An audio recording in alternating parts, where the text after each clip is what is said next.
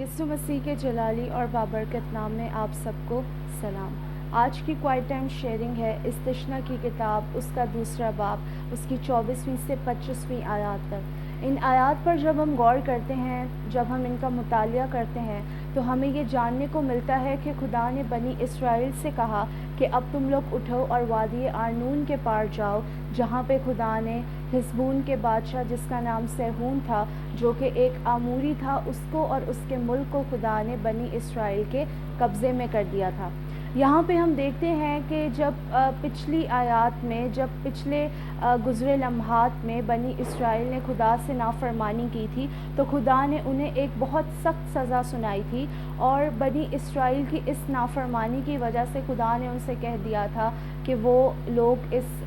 मुल्क को, जो वादा की हुई ज़मीन है, उसको नहीं देख सकते। और उनकी वजह से खुदा ने मूसा को भी ये सज़ा सुनाई कि मूसा भी उस मुल्क को नहीं देख सकता। यहाँ पे जब हम इस कलाम पर गौर करते हैं और जब हम पिछली आयत पर गौर करते हैं, तो हमें ये बात सीखने को मिलती है कि बेशक बनी इसराइल ने खुदा की नाफरमानी की थी, लेकिन फिर भी खुदा का प्यार उनके लिए इतना ज़्यादा था कि खुदा ने उनको कहा कि अब तुम लोग उठो और उस पार जाओ। खुदा ने दुश्मनों को उनके कब्ज़े में कर दिया था।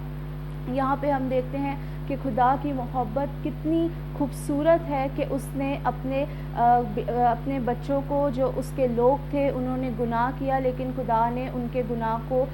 माफ़ करके, उनके खुदा को नज़रअंदाज करके, खुदा ने अपनी मोहब्बत का फिर से अपने लोगों के साथ इजहार किया। जब हम अपनी ज़िंदगी पर गौर करते हैं, तो इस कलाम के वसीले से हमें अपनी ज़िंदगी में ये बात जानने को मिलती है कि हम अपनी रोज़मर्रा की ज़िंदगी में कितने गुनाह करते हैं। रोज़ हमारी ज़िंदगी में इतनी मुश्किलातें, इतनी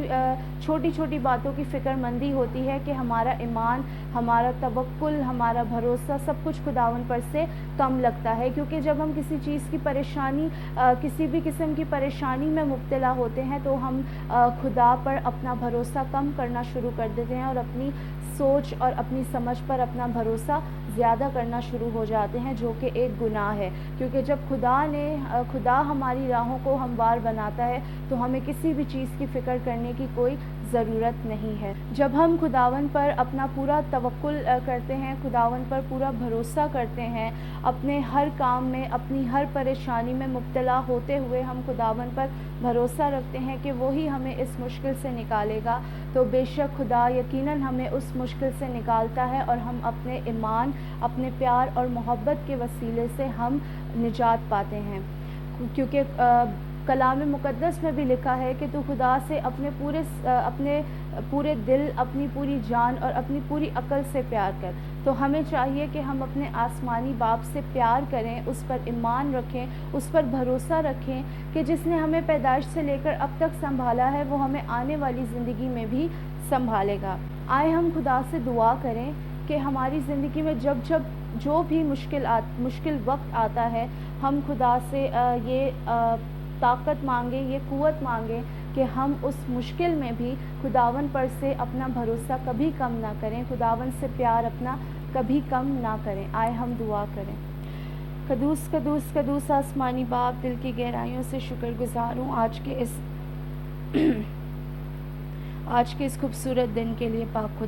पाक खुदा, आपसे मिन्नत करते हैं कि इस कलाम के वसीले से हमें आप पर ईमान और मजबूत करने की तौफीक अता कीजिए कि आप हमारे गुनाहों को माफ़ करके हमसे फिर अपनी उसी मोहब्बत का इजहार करते हैं जो आप हमसे करते हैं। ऐ खुदा, मैं आपसे मिन्नत करती हूँ कि अपनी इस मोहब्बत को कभी भी कम ना होने दीजिएगा, और हमें ये फ़ज़ल अता कीजिए कि हम भी आपसे उसी तरह मोहब्बत कर सकें जिस तरह आप हमसे करते हैं। सब कुछ मांगती हूँ आपके प्यारे बेटे यीशु के नाम में, आमीन।